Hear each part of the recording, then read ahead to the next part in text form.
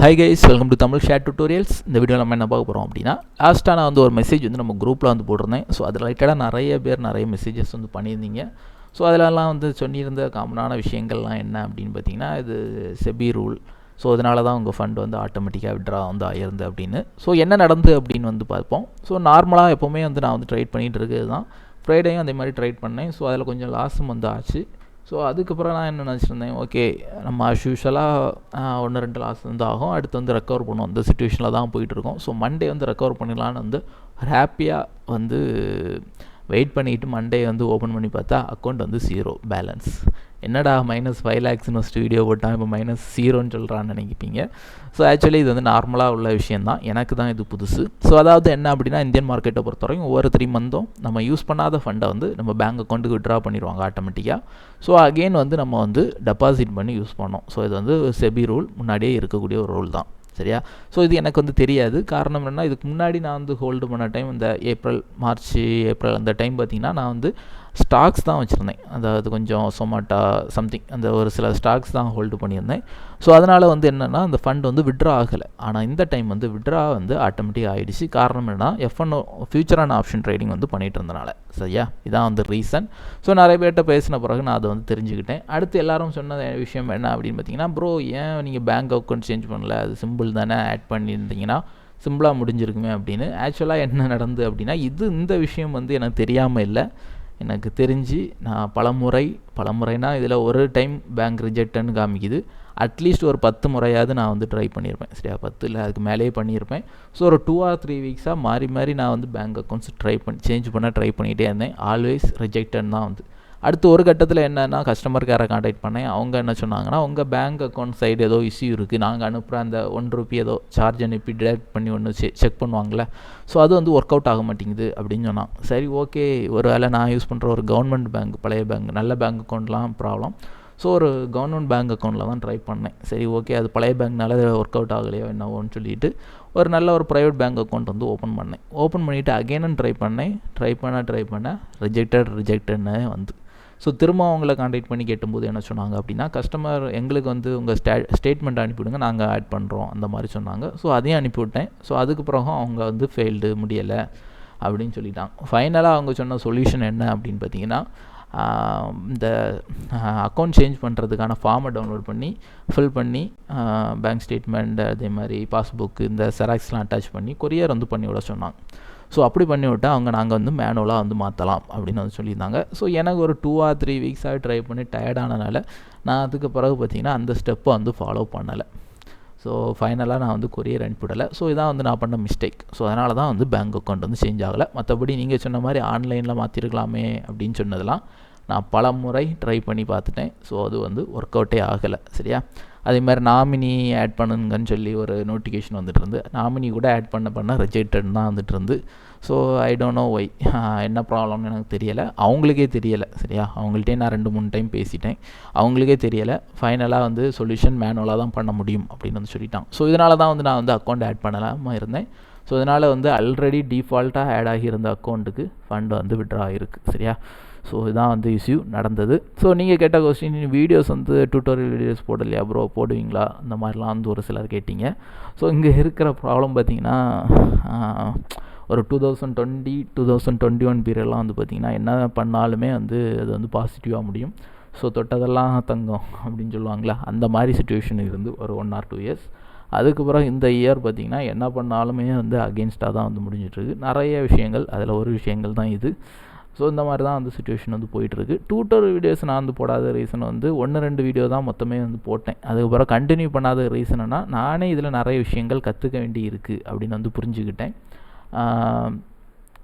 முன்னாடி இது ஆப்ஷன் ரைட்டிங்கில் வந்தோன்னா ஈஸியாக சிம்பிளாக பண்ணிட்டு போயிடலாம் அப்படின்னு நினச்சேன். அப்படி கிடையாது. இங்கே இந்தியன் மார்க்கெட்டுன்னு வரும்போது நம்ம நிறைய விஷயங்கள் தெரிஞ்சுக்க வேண்டி இருக்குது. இன்னும் ப்ராக்டிஸ் எனக்கே தேவைப்படுது. சரியா? ஸோ அதனால தான் நான் ப்ராக்டிஸ் பண்ணிகிட்ருக்கேன்னு சொல்லி கண்டினியூவாக மாறி வேறு மார்க்கெட்லலாம் ட்ரைட் பண்ணிகிட்டு இருந்தது. சரியா? நம்ம ஆல்மோஸ்ட் ஒரு 2 months மேலே ப்ராக்டிஸ் பர்பஸுக்கு ட்ரைட் பண்ணிகிட்டு இருந்தாலும் ஓவரால் ப்ராஃபிட்டில் தான் இருந்தோம். அதுவே பெரிய விஷயம். அரௌண்ட் ₹20,000 ₹25,000 வரைக்கும் மேக்ஸிமம் ப்ராஃபிட்லாம் போயிட்டு தான் இருந்து. சரியா?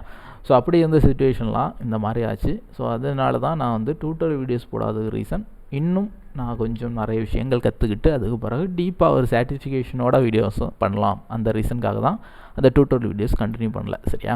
அடுத்து ஒரு சிலர் இந்த மெசேஜஸ் பார்த்துக்கிட்டு வந்து கேட்டிருந்தாங்க, ப்ரோ எங்கள் அக்கௌண்ட்டில் ட்ரேட் பண்ணுறீங்களா, யார் வந்து ஃபண்டு வேணுமா, நாங்கள் வேணாலும் தரலாம். ஸோ அந்த மாதிரிலாம் வந்து கேட்டிருந்தீங்க. ஸோ இதெல்லாம் வந்து பார்த்திங்கன்னா நான் வந்து எந்த ஒரு யூசர்ஸ் கூடயுமே எந்த ஒரு மணி டீலிங்குமே வைக்கிறது கிடையாது. ஸோ எந்த சுச்சுவேஷன்லேயுமே நம்மலாம் பல வருஷம் மார்க்கெட்டில் இருந்தாலும் நான் வந்து மேனேஜ் பண்ணி போயிட்டே தான் வந்து இருக்கேன். ஸோ நெவர் கிவ் அப் அந்த சுச்சுவேஷன் தான். சரியா? ஸோ அதனால் அந்த மாதிரிலாம் நான் யாருக்கூடையும் எந்த ஒரு டீலிங்கும் வைக்க மாட்டேன். ஸோ அதனால் கேர்ஃபுல்லாக இருந்துக்கோங்க. ஏன் அதை நான் சொல்கிறேன்னா, பொதுவாக சொல்ல வேண்டிய தேவை கிடையாது. கேட்டதுக்கே ஒரு என்ன சொல்ல ஒரு ஹாப்பி, அவ்வளோதான். ஆனால் அதை ஏன் இங்கே சொல்கிறேன் அப்படின்னா, சப்போஸ் இதே மாதிரி வேறு யாரும் என் நேம்லேயோ வந்து உங்களை வந்து காண்டாக்ட் பண்ணிடக்கூடாது இந்த மெசேஜை வச்சுட்டு.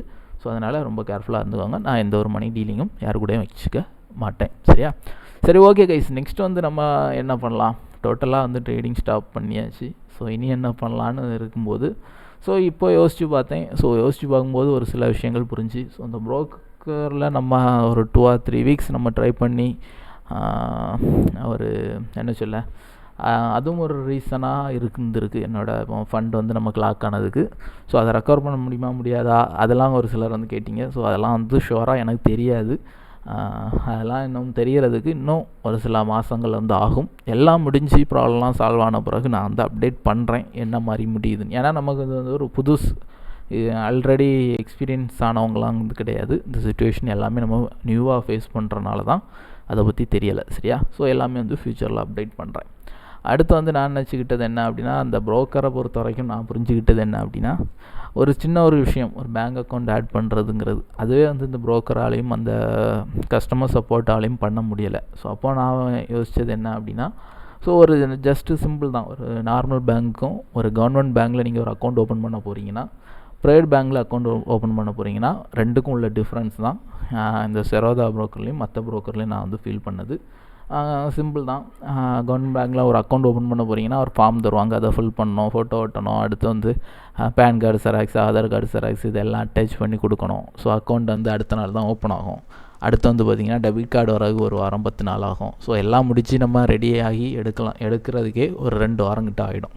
அதே இது ஒரு ப்ரைவேட் பேங்க்கில் நீங்கள் வந்து பண்ணுறீங்கன்னா ஒரு அரை மணி நேரத்துலேயே எல்லாத்தையுமே முடித்து தந்துடுவாங்க. ஜஸ்ட்டு ஒரு ஆதார் கார்டும் பேன் கார்டும் நம்ம வந்து ஒரிஜினல் மட்டும் கொண்டு போனால் போதும். ஸோ இவ்வளோ தான் வந்து ரெண்டுக்கும் உள்ள வித்தியாசம். ஸோ அதே தான் வந்து இந்த ப்ரோக்கர்லேயும் நான் வந்து மற்ற புதுசாக வரக்கூடிய ப்ரோக்கர்ஸ்லேயும் நான் வந்து ஃபீல் பண்ணது. ரொம்பவே வந்து அளவுக்கு அதிகமான யூசர்ஸ் இருந்தாலும் அந்த அட்வான்ஸாக லெவலில் வந்து அவங்களோட சப்போர்ட்டும் இல்லை, அவங்களோட வெப்சைட்டும் இல்லை. ஏன்னா இந்த 1 வீக்கில் பார்த்திங்கன்னா zerodha நிறைய யூசர்ஸ் வந்து அகெயின்ஸ்டாக வந்து ட்வீட் பண்ணிகிட்டு இருக்காங்க. நிறைய செபிக்கு கம்ப்ளைண்ட் வந்து போயிட்டுருக்கு. காரணம் என்ன அப்படின்னா, போன வீக் வந்து பார்த்திங்கன்னா அவங்க சிஸ்டமில் ஆர்டரை வந்து க்ளோஸ் பண்ண முடியாத சிச்சுவேஷன் வந்து ஆகிருக்கு. ஸோ அதனால் வந்து நிறைய யூசர்ஸ் வந்து லாஸ் ஆகியிருக்காங்க, லட்சக்கணக்கான அமௌண்ட் வந்து லாஸ் ஆகியிருக்காங்க. ஸோ அவங்களாம் வந்து அகெயின்ஸ்டாக வந்து ட்வீட் பண்ணிகிட்டு இருக்காங்க. ஸோ அளவுக்கு அதிகமான யூசர்ஸ் இருக்கிறது ஒரு சைடு பாசிட்டிவாக இருந்தாலும் அதுவே வந்து நெகட்டிவாகவும் வந்து இந்த ப்ரோக்கருக்கு வந்து இருக்குது அப்படின்னு நான் வந்து ஃபீல் பண்ணுறேன். ஸோ அதனால் நான் இனி இந்த ப்ரோக்கர் வந்து நான் இனிமேல் யூஸ் பண்ண போகிறது இல்லை. ஸோ இனிமேல் நான் வந்து ட்ரைட் பண்ணுறேன் அப்படின்னா கண்டிப்பாக இன்னொரு வேறு ஒரு ப்ரோக்கரில் அக்கௌண்ட் க்ரியேட் பண்ணி ஸோ அந்த அக்கௌண்ட் மூலமாக தான் நான் வந்து ட்ரேட் பண்ணுவேன். ஸோ அது வரைக்கும் நோ மோர் ட்ரேட். ஸோ அது அக்கௌண்ட் ஸ்டார்ட் பண்ணி ட்ரேட் பண்ணுறதுக்கு கொஞ்சம் நாள் ஆகும். ஏன்னா எக்ஸாக்டாக எப்போது அகெயின் வந்து பண்ணுவேன்னு சொல்ல முடியாது. திடீர்னு எனக்கு ஒரு நல்ல செட்டப் கிடச்சின்னா அவ்வளோ சீக்கிரம் அந்த ட்ரேட் எடுக்கணும் அப்படின்னு சொல்லி ஒரு ஆர்வம் கிடைக்கும். ஸோ அப்படின்னா உடனே வந்து வருவேன். ஸோ அப்படி பார்ப்போம், not sure. So but never give up, I will come back again with new broker. Okay guys, thank you for watching.